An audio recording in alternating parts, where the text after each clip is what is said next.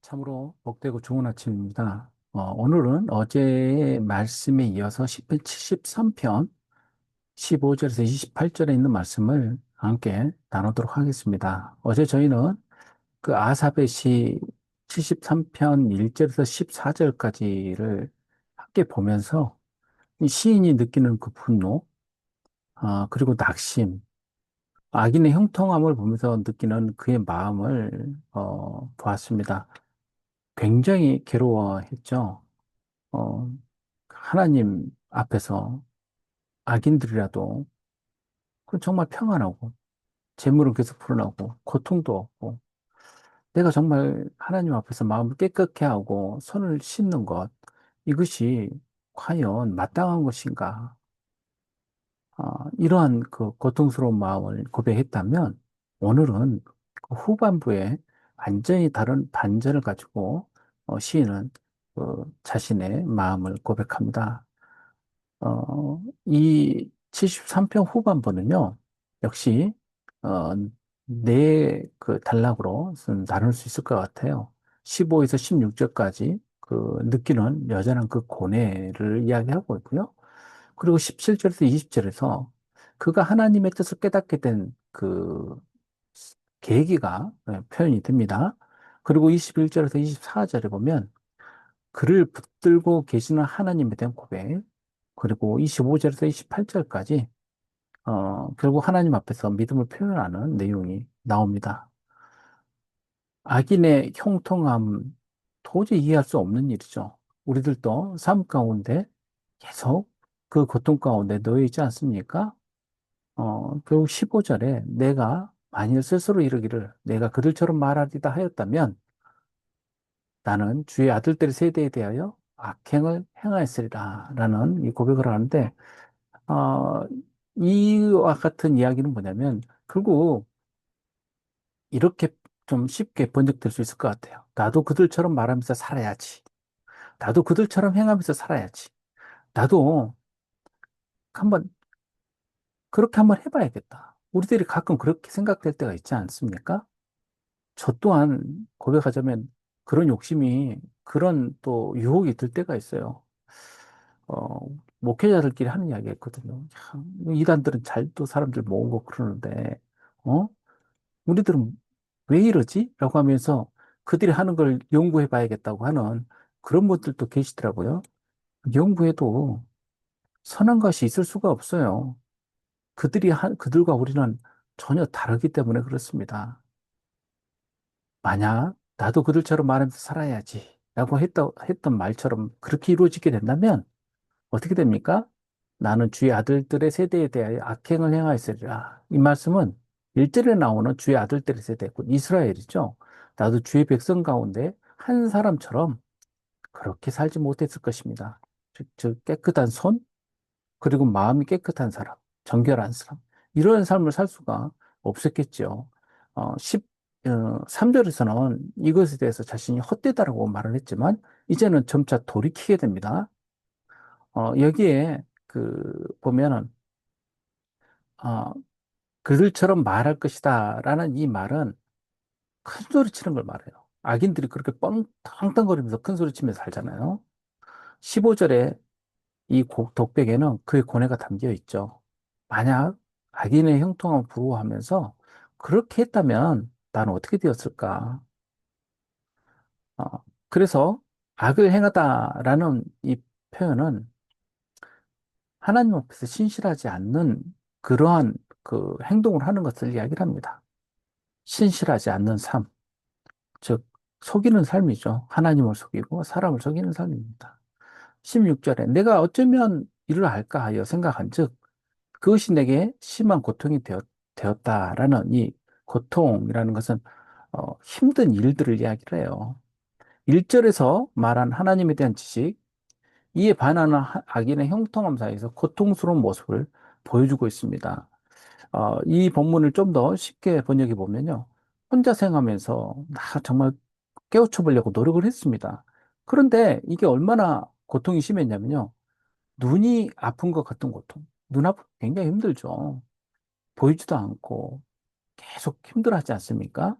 눈에 뭐가 이렇게 찔려갖고 있는 상태라고 생각해 보십시오. 얼마나 고통스럽겠어요. 이 표현처럼 여기 안에 원어에는 눈이라는 단어가 있어요. 내 눈이 고통당하는 것 같이, 예. 그런 고통을 당했을 것이다라고 말을 합니다. 그런데 이 대반전이 일어나요. 바로 17절에서 일어납니다. 그런데 그가 생각과 마음, 그 관점이 완전히 뒤바뀌는 역사가 벌어지는데 그것이 바로 17절에 하나님의 성소에 들어갈 때야. 어디서 깨달음을 얻게 되냐면요. 하나님의 성전에서 깨달음을 얻게 됩니다. 하나님의 성전에서 하나님의 존재, 하나님께서 살아계심을 깨닫게 된 순간 그는 모든 생각들이 바뀌게 되는 것이죠. 우리들이 그렇지 않습니까? 하나님 과연 살아계신 거 맞을까? 라는 의문이 들 때 이 모든 고통들은 우리들 안에서 현실이 되죠.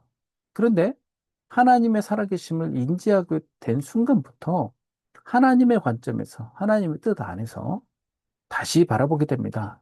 그때 무엇을 깨닫게 됩니까? 종말이 있다는 걸 알게 되죠. 그들의 종말을 내가 깨달았나이다. 이 종말은 아하리트라는 것은요, 끝, 마지막을 말을 해요.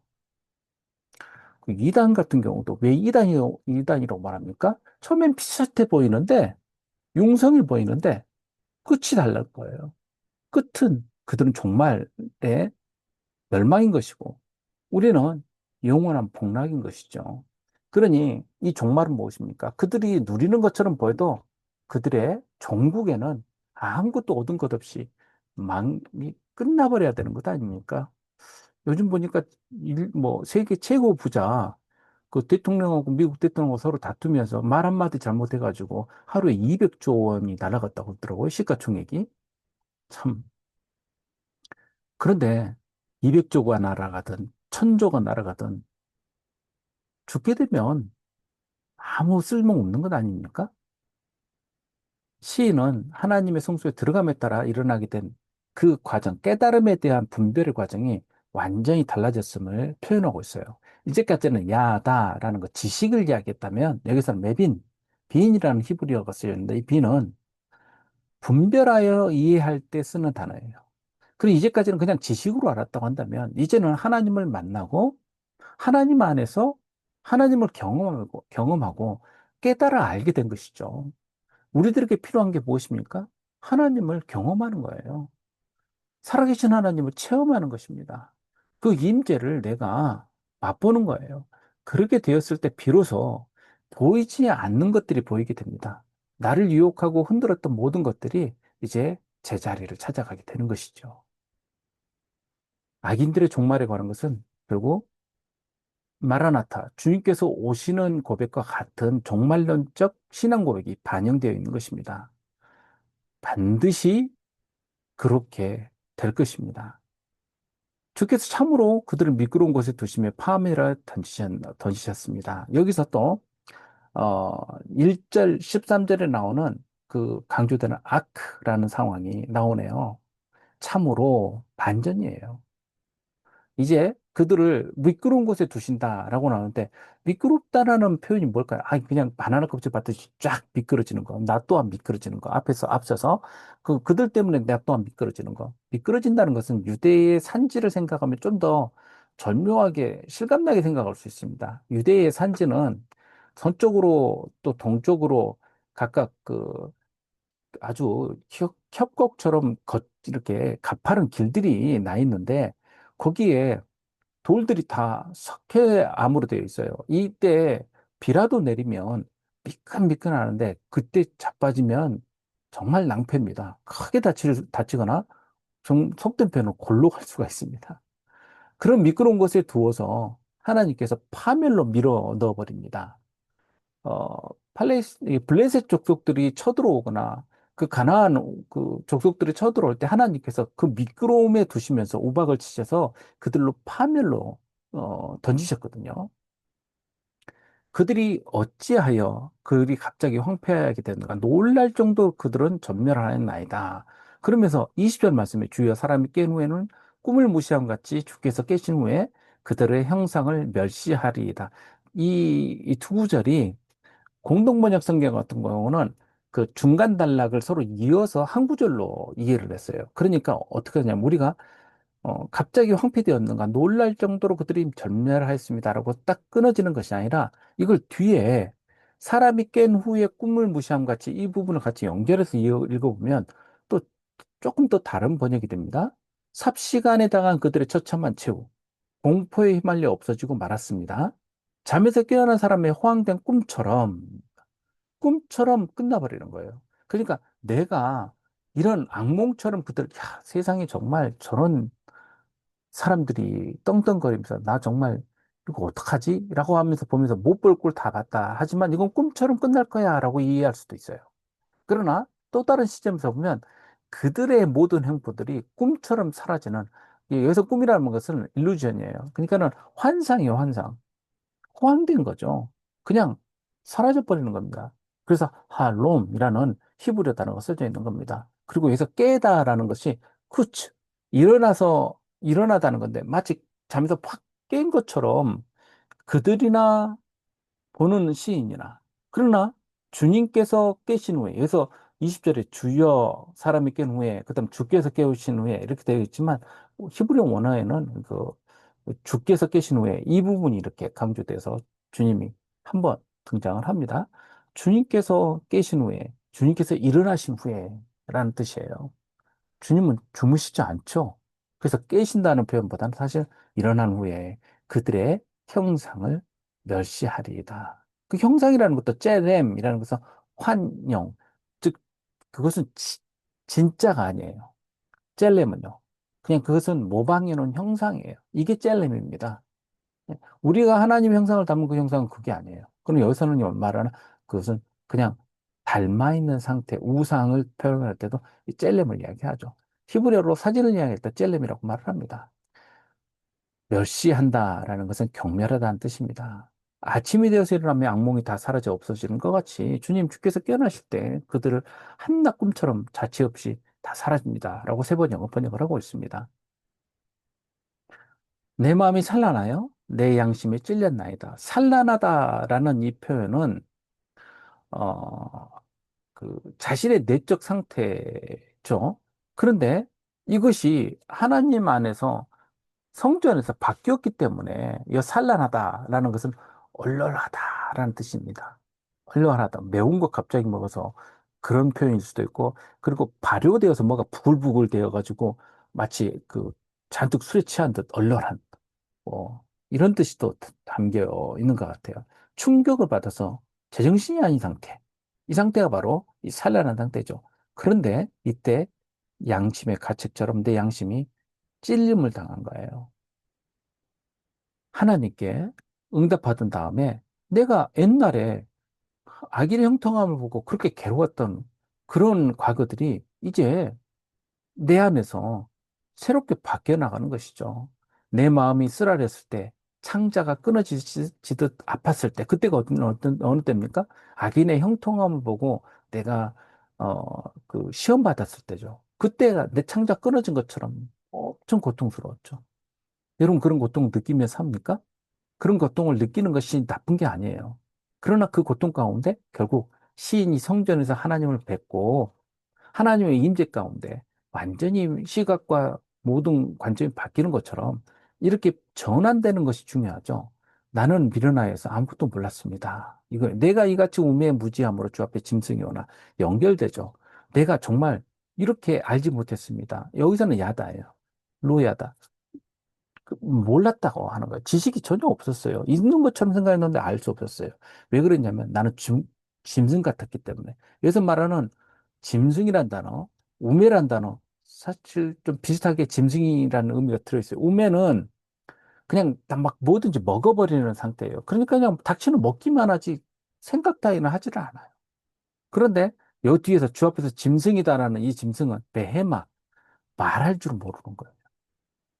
그러니까 짐승이 말을 못하니까 답답한 거죠. 그리고 주하님 앞에서 짐승이었어요. 토로할 줄도 몰랐고 말할 줄도 몰랐어요.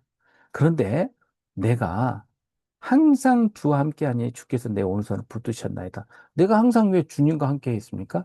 은혜 때문에 그렇죠. 알고 보니까 내가 항상이라고 말은 했지만 주님께서 항상 내 손을 붙드셨던 것이죠. 내가 멀리 떨어지지 않도록. 부모님이 그렇죠. 자식들을 붙들지 않습니까? 내가 떠나고 싶어도 떠나지 못하는 거죠. 왜요? 주님께서 내 오른손을 꽉 붙들고 있기 때문에 그렇습니다. 이 붙든다는 뜻은 힘을 전해준다는 뜻도 담겨 있죠. 내 모든 힘의 원천은 누굽니까? 하나님이시죠. 내가 항상 주님과 함께 한다라는 임카, 여기서 우리가 이해할 수 있는 말은 임마누엘을 이해할 수 있어요. 하나님께서 나와 항상 함께 하시기 때문입니다. 주의 교훈으로 나를 인도하시고 후에는 영광으로 나를 영접하시리니 어떻습니까? 주님께서 주님의 말씀으로 나를 인도하실 겁니다. 그래서 인도하라는 것은 이끌어서 나를 이렇게 붙들어서 운반하는 거예요. 그리고 하나님께서 이 그 교훈으로 인도하신다. 이 교훈이 그 가르침으로 번역되는 이 교훈은요. 애차라는 단어입니다. 애차. 애차는 뭐냐면 계획이 담겨 있는 조언을 말해요. 그러니까 이거 모사를 말할 때 옆에서 어떤 계획을 세우거나 이럴 때 옆에서 그런 것에 대해서 조언하는 것을 말할 때 이 애차라는 히브리어 단어가 쓰여지는데 하나님께서는 하나님의 뜻과 계획에 의해서 인도하신다는 거예요. 그때 영광, 가보드, 무거운 하나님의 영적 임재가 나를 이끌어 가시는 거예요. 하늘에서 주위에 누가 내게 있으리요? 땅에서는 주밖에 내가 사모할 리가 없나이다. 사모하다라는 말이 하페츠, 기뻐하다, 즐거하다라는 뜻이답니다. 행복을 표현한 단어예요. 이때서야 행복을 느끼게 되는 겁니다. 세상에 우리 행복을 누가 뺏어가 버립니까? 우리의 질투가 이 행복을 뺏어가 버려요. 악한 사람들이 흥왕하는 걸 보면 행복할 수가 없죠. 잠을 잘 수가 없어요. 그런데 결국 그 끝이 종말이 있고 하나님께서 심판하신다는 걸 깨닫게 되었을 때 우리는 하나님을 사모하게 되죠. 그리고 하나님 안에서 즐거워하고 기뻐하게 되죠. 내 육체와 마음은 쇠약하나 하나님은 내 마음의 반석이시요 영원한 분기이십니다. 여기서 쇠약하다라는 것은 기진하죠. 내 육체와 마음은 매일 소모될 수밖에 없잖아요. 여러분 어떻습니까? 저도 지금도 그래요. 좀 쇠약합니다. 그런데 말씀을 보면서 말할 수 없는 힘이 일어나는 것을 알 수가 있어요. 하나님은 내 마음의 반석입니다. 반석이라는 쭈라는 것은 피난처란 뜻도 됩니다. 피난처예요, 하나님. 내가 피할 바위시죠. 영원한 분기치입니다. 내게 주어진 기업이에요. 무릇 주를 멀리하는 자는 망하리니 음료같이 주를 떠난 자는 주께서 다 멸하셨나이다. 하나님과 나의 관계는 부부의 관계로 표현이 되죠. 이스라엘과 하나님. 그래서 주를 멀리하는 것은 뭡니까? 세상과 연락하면서 세상 안에 내 마음과 영혼을 팔아버린 것이죠. 결국 어떻겠습니까? 세상 가운데 망하는 거죠. 그때는 즐거움과 마치 기쁨이 있는 것처럼 보이지만 결국 끝은 멸망이죠. 하나님께 가까이 함이 내게 복이라. 이게 시인이 깨달은 바예요. 이전에는 마음이 산란하면서 내가 왜 하나님 앞에서 내가 정결하게 살고 내가 깨끗하게 살고 이게 무슨 소용이야 했지만 이제는 고백하게 되죠. 하나님을 가까이 하면 내게 복이라. 내가 가까이 합니까? 뭘 깨닫습니까? 하나님께서 나를 붙드시고 떨어지지 않도록 나를 이끌어 가시는 것을 알게 되었을 때 이것이 복이죠. 우리가 어떻게 하나님을 항상 가까이 할 수 있고 하나님과 동행할 수 있는 힘이 어디가 있겠어요? 하나님께서 은혜로 우리를 붙드시기 때문에 가능한 것이죠. 성도 여러분, 이 점이 중요한 것입니다. 우리는 깨달아 알아야 됩니다. 근데 이걸 어떻게 깨닫습니까? 성전에서 깨닫게 되는 거예요. 성전이 어디예요? 믿음의 공동체죠. 교회 아닙니까? 이곳에서 우리는 깨닫게 되는 겁니다. 아, 악인의 흥왕함이 그것이 전부가 아니라는 것을 알게 되는 것이죠. 하나님의 살아계심을 예배 공동체에서 우리는 알게 되는 것이죠. 그러면서 하나님을 가까이 하며 내게 복이라. 즉, 믿음의 공동체와 함께 하나님을 고백하는 것이 복이죠. 그러면 뭐가 바뀝니까? 내가 주 여호와를 나의 피난처로 삼아 주의 모든 행적을 전파하리다. 그럼 바뀌게 되는 것은 나는 하나님이 내 반석이시고 피난처시기 때문에 하나님 안에서 내가 해야 될 것을 알게 되는 거예요. 뭘 해야 됩니까, 이제? 주님의 모든 행적을 전파하는 일을 해야 되는 것이죠. 즉, 복음을 전하는 복음 전파자의 사명을 감당하면서 사는 거예요. 이것이 바로 하나님 안에서 삶의 모든 것을 깨달아 알고 행복하게 변화받은 사람의 모습인 것입니다. 성도 여러분, 이제 더 이상 두려워하고 혼란해하지 마십시오. 하나님 안에서 이제 마음을 바꾸시고 시각을 바꾸어서 내가 하나님을 붙잡는 것이 아니라 하나님께서 나를 붙들고 가신다는 것을 이제 깨달아 알고 그 안에서 영원한 복락을 누리고 또한 하나님의 그 복을 온 열방에 전하는 저와 여러분 되시기를 주님의 이름으로 축복합니다. 우리 함께 기도하겠습니다. 아버지 하나님, 우리들의 마음은 항상 산란합니다. 그리고 두렵습니다. 그러나 주님의 말씀 안에서 이제 저희들 새롭게 마음이 변화받게 됩니다. 무엇보다 예배 안에서 변화받기를 원합니다. 그리고 살아계신 하나님을 체험하기를 원합니다. 그렇게 함으로써 우리가 참으로 하나님을 알고 하나님, 살아계신 하나님을 깨달아 알므로 말미암아 우리의 삶이 복음 전파자의 삶으로 나아갈 수 있도록 주님 우리를 붙들어 주시옵소서.